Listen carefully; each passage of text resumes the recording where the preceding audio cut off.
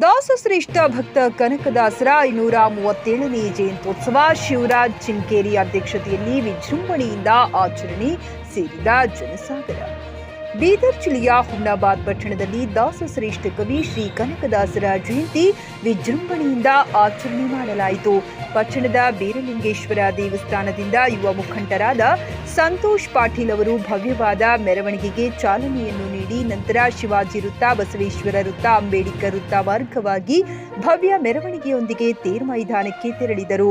ಮೆರವಣಿಗೆಯಲ್ಲಿ ಡೊಳ್ಳು ಕುಣಿತ ಹಾಗೂ ಡಿಜೆ ಹಾಡಿಗೆ ಯುವಕರು ಕುಣಿದು ಕುಪ್ಪಳಿಸಿದರು. ಮೆರವಣಿಗೆಯಲ್ಲಿ ಪಾಲ್ಗೊಂಡಿದ್ದ ಶಾಸಕ ಸಿದ್ದಲಿಂಗಪ್ಪ ಪಾಟೀಲ್ ಹಾಗೂ ಬಿಜೆಪಿ ಮುಖಂಡ ಸಂತೋಷ್ ಪಾಟೀಲ್ ಅವರು ಡೊಳ್ಳು ಬಾರಿಸಿ ಡಿಜೆ ಹಾಡಿಗೆ ಯುವಕ ಹಾಗೂ ಆಲುಮತ ಸಮಾಜದ ಮುಖಂಡರೊಂದಿಗೆ ಸ್ಟೆಪ್ ಹಾಕಿದರು. ನಂತರ ತೇರ್ ಮೈದಾನದಲ್ಲಿ ಭವ್ಯ ವೇದಿಕೆ ಕಾರ್ಯಕ್ರಮವನ್ನು ಹಮ್ಮಿಕೊಳ್ಳಲಾಗಿತ್ತು. ಕಾರ್ಯಕ್ರಮದಲ್ಲಿ ದಿವ್ಯ ಸಾನ್ನಿಧ್ಯ ವಹಿಸಿ ಪೂಜ್ಯ ಶ್ರೀ ಸಿದ್ದರಾಮಾನಂದಪುರಿ ಸ್ವಾಮೀಜಿಗಳು ಕಾಕಿನೆಲೆ ಸಂಸ್ಥಾನ ಭಾಗವಹಿಸಿ ಆಶೀರ್ವಚನ ನೀಡಿದರು. ನಂತರ ಶಾಸಕ ಸಿದ್ದು ಪಾಟೀಲ್ ಅವರು ಈ ಸಮುದಾಯಕ್ಕೆ ಸಂಗೊಳ್ಳಿ ರಾಯಣ್ಣನ ಮೂರ್ತಿ ಮತ್ತು ಸಮುದಾಯ ಭವನವನ್ನು ನಾನು ಸಿದ್ಧಪಡಿಸುತ್ತೇನೆ ಎಂದು ತಿಳಿಸಿದರು. ಉದ್ಘಾಟಕರಾಗಿ ಶಾಸಕ ಸಿದ್ದು ಪಾಟೀಲ್, ಮುಖ್ಯ ಅತಿಥಿಗಳಾಗಿ ಮಾಜಿ ಶಾಸಕ ಸುಭಾಷ್ ಕಲ್ಲೂರ್, ವೈಜನಾಥ್ ಸೂರ್ಯವಂಶಿ, ಜಮೀರ್ ಖಾನ್, ಸಮಿತಿ ಅಧ್ಯಕ್ಷರಾದ ಶಿವರಾಜ್ ಚಿನ್ಕೇರ, ಪ್ರಕಾಶ್ ಸೋನಕೇರ, ನಾರಾಯಣ ರಾವ್ ರಾಂಪುರ, ವಿನಾಯಕ್ ಮಣಕೋಜಿ ಸೇರಿದಂತೆ ಹಾಲುಮತ ಸಮುದಾಯದ ಯುವಕರು, ನಾಯಕರು ಅನೇಕರು ಉಪಸ್ಥಿತರಿದ್ದರು. JK news Kannada, Humnabad. ಇದು ಭ್ರಷ್ಟರ ಪಾಲಿಗೆ ಸಿಂಹ ಸ್ವಪ್ನ. ಕನಕದಾಸರಾಗಲಿ, ಬಸವಣ್ಣವರಾಗಲಿ, ಅಂಬೇಡ್ಕರ್ ಅವರಾಗಲಿ ನಮ್ಮ ಮಧ್ಯದಲ್ಲಿ ಇಲ್ಲ. ಅವ್ರ ವಿಚಾರಗಳನ್ನ ನಾವು ಮಾತಾಡ್ತಾ ಇರ್ತೇವೆ. ಸೊ ಇವತ್ತು ನಾನು ಕೂಡ ಕನಕದಾಸ ಜಯಂತಿಯನ್ನು ಹುಮ್ನಾಬಾದ್ ನಗರದಲ್ಲಿ ಮಾಡಬೇಕು ಅಂತಕ್ಕಂಥ ಸಂದರ್ಭದಲ್ಲಿ ಬಂಧುಗಳೇ, ಯಾವ ಸಮಯದಲ್ಲಿ ಅತ್ಯಂತ ಅವಶ್ಯಕವಾಗಿತ್ತು ಈ ಸಮುದಾಯಕ್ಕೆ ಆ ಜನರಿಗೆ ಸ್ಪಂದಿಸ್ತಕ್ಕಂಥ ಕೆಲಸ, ನ್ಯಾಯಯುತವಾಗಿರ್ತಕ್ಕಂಥ ಬೇಡಿಕೆಗೆ ಕೈ ಜುಡಾಯಿಸಿ ತನ್ನ ಶ್ರಮವನ್ನು ಹಾಕಿ ಈ ಸಮಾಜದ ಅತ್ಯಂತ ಕಾಳಜಿ ಇರ್ತಕ್ಕಂಥ ಸಂಘಟನೆಗಳಂದ್ರೆ DSS, GSS, TMS ಇವುಗಳು ಎಲ್ಲನೂ ಕೂಡ ಅತ್ಯಂತ ಆತ್ಮೀಯವಾಗಿ ಈ ಸಮುದಾಯಕ್ಕೆ ನ್ಯಾಯ ಸಿಗಬೇಕಂತಕ್ಕಂಥ ಸಂದರ್ಭದಲ್ಲಿ ತಮ್ಮ ಶ್ರಮವನ್ನು ಹಾಕಿ ಇದಕ್ಕೆ ಇವತ್ತು ನಾವು ಸರ್ಟಿಫಿಕೇಟ್ ಅನ್ನ ಪಡಲಿಕ್ಕೆ ಪ್ರಯತ್ನ ಪಟ್ಟಿರ್ತಕ್ಕಂಥದ್ದು ಆ ಕಾಲದಲ್ಲಿ. ಆದ್ರೆ ನಾವು ಅವರೆಲ್ಲನೂ ಕೂಡ ಇವತ್ತು ನಾವು ಮರ್ತಿದ್ದೀವಿ.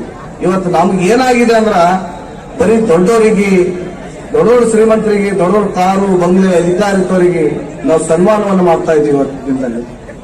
ಆದ್ರೆ ನನ್ನ ಕಾಳಜಿ ಅದು ಇಲ್ಲ. ನನ್ನ ಕಾಳಜಿ, ನನ್ನ ಕಳ್ಕಳಿ ಅವ್ರಿಗೆ ಸನ್ಮಾನ ಮಾಡ್ತಕ್ಕಂಥದ್ದಲ್ಲ. ಯಾವ ತುಳಿತಕ್ಕೊಳಗಾಗಿರ್ತಕ್ಕಂಥ ಸಮಾಜ ಇದೆ, ಯಾವ ಶೋಷಣೆಗೆ ಒಳಗಾಗಿರ್ತಕ್ಕಂಥ ಸಮಾಜ ಇದೆ, ಯಾರಿಗೆ ನ್ಯಾಯ ಸಿಗ್ತಾ ಇಲ್ಲ, ಯಾರಿಗೆ ಅನ್ಯಾಯ ಆಗ್ತಾ ಇದೆ ಅಂತ ಜನರ ಪರವಾಗಿ ಅವ್ರಿಗೂ ಯಾವುದೇ ಅಧಿಕಾರ ಅಂತಸ್ತಿಲ್ದೇನೆ ಯಾವ ದುಡ್ಡು ಇರಲಿಲ್ಲ ಅವಾಗ. ಆದ್ರೆ ಆ ಸಮಾಜಕ್ಕೆ ನ್ಯಾಯ ಸಿಗಬೇಕಂತ ದುಡಿದಿದ್ದಾರಲ್ಲ ಅಂತವ್ರಿಗೆ ಗುರುತಿಸಿ ಸನ್ಮಾನ ಮಾಡ್ತಕ್ಕಂಥ ಕೆಲಸವನ್ನು ಪ್ರಾಮಾಣಿಕವಾಗಿ ಕೆಲಸವನ್ನು ನಾನು ಮಾಡಿದ್ದೇನೆ. ಏನು ಅರ್ಥ ಇದೆ ಮಾತಿನಲ್ಲಿ? ಅಂಬೇಡ್ಕರ್ ಎದಕ್ಕೆ ಹೋರಾಟ ಮಾಡಿದ್ರು? ಬುದ್ಧ ಎದಕ್ಕೆ ಹೋರಾಟ ಮಾಡಿದ್ರು? ಇವರೆಲ್ಲ ಹೋರಾಟ ಮಾಡಿದ್ರೆ ನಾವು ಬಹಳ ಸರಿಯಾಗಿ ನಾವು ವಿಜೃಂಭಣೆ ನಾವು ಆಚರಣೆ ಮಾಡ್ತೀವಿ. ಆದ್ರೆ ನಾವು ಸ್ವಲ್ಪ ಅದು ಅರ್ಥ ಮಾಡ್ಕೊಂಡು ಒಂದು ಎಳಕ್ಕೆ ಹೋದೆವು ಅಂದ್ರೆ ನಮ್ಮಷ್ಟು ಪುಣ್ಯವಂತರು ಯಾರಿಲ್ಲ ಅಂತ ನಾವು ಹೇಳಬೇಕಾಗ್ತದೆ. ಯಾಕಂತಂದ್ರೆ ಒಂದೊಂದ್ಸಲ ಕನಕದಾಸರು ಕೆಲವೊಂದು ಇವತ್ತು ಜಯಂತಿ ನಾವು ಉತ್ಸವ ಮಾಡ್ತಾ ಇದ್ದೀವಿ. ಬಹಳ ಒಳ್ಳೆ ಒಳ್ಳೆ ಮಾತು ಹೇಳ್ಯಾರ. ಅವು ಮಾತು ಒಂದು ಅರ್ಥ ಮಾಡ್ಕೊಂಡು ನಮಗ ಏನ್ ನಾವು ತಿಳ್ಕೊಬೇಕಾಗಿತ್ತು ಜೀವನದಲ್ಲಿ ಅದರ ಸಾರ್ಥಕತೆ ಆಗ್ಬೇಕಂತ ಮಾತು ನಾವು ಹೇಳ್ಬೇಕಾಗ್ತದೆ. ಕನಕದಾಸ ಜಯಂತಿ ಆಚರಣೆ ಇಲ್ಲಿ ಮಾಡ್ತಾ ಇದ್ರೆ 537ನೇ ಜಯಂತಿ.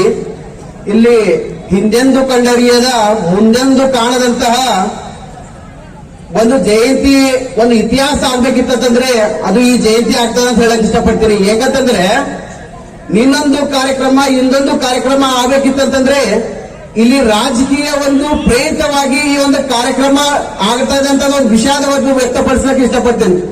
ಬಂಧುಗಳೇ, ಸಮಾಜದ ಒಳಕ ಏನ್ ಮಾಡ್ತಾ ಇದಾರ ಅಂತ ಒಂದು ನಾಯಕರನ್ನ ನಾವು ಪಾಠ ಕಲಿಸಬೇಕಾಗಿದೆ.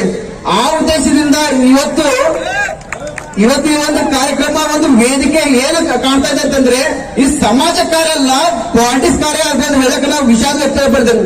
तो कल जो हुआ वो सेमीफाइनल था, सेमीफाइनल से वो वॉकआउट हो चुके हैं और अब जो चल रहा है ये फाइनल चल रहा है। आप लोगों को मालूम होना चाहिए जो फाइनल खेलता है वही कप जीतता है। जो सेमीफाइनल से पहले वॉकआउट चला जाता है वो 0 पे और 0 पे चला जाता है। इतना कहते ನಮ್ಮ ಚೀನಕೇರಿ ಸಾಹೇಬರು ಪಾಪ ಯಾಕೋ ತೋಲ್ ಮನನೊಂದು ಮಾತು ಹೇಳೋದು.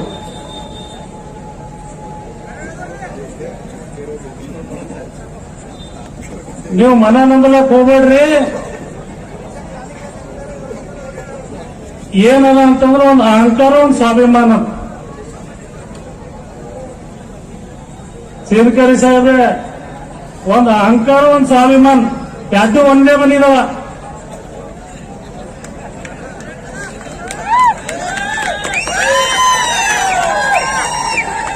ಅಹಂಕಾರ ನಡಬೇಕೆ ಮುಳುಗ್ ಹೋಗ್ತದ, ಸ್ವಾಭಿಮಾನ ಕಡೆಯಾಗ ವಿಜಯ ಆಗ್ತದ ಅಂತ ಮಾತುಗಳ ತಿಳ್ಕೊಳ್ಳೋದು. ಗ್ರಾಹಕರ ಸ್ಯಾಟಿಸ್ಫ್ಯಾಕ್ಷನ್ ನಲ್ಲಿ ನಂಬರ್ 1 ತೃಪ್ತಿ ದರದಾಯಕ ಶೋರೂಮ್ ನಿಮ್ಮ ಎಸ್ಪಿ ಟಿವಿಎಸ್ ಶೋರೂಮ್ ನಿಮಗಾಗಿ ತಂದಿದೆ ಹೊಸ ಮಾಡೆಲ್ಗಳ ಹೊಸ ಬೈಕ್ಗಳು. ರೈತರಿಗಾಗಿ ಅನುಕೂಲವಾಗಿರುವ ಸೂಪರ್ ಎಕ್ಸೆಲ್ ಕೂಡ ಲಭ್ಯ.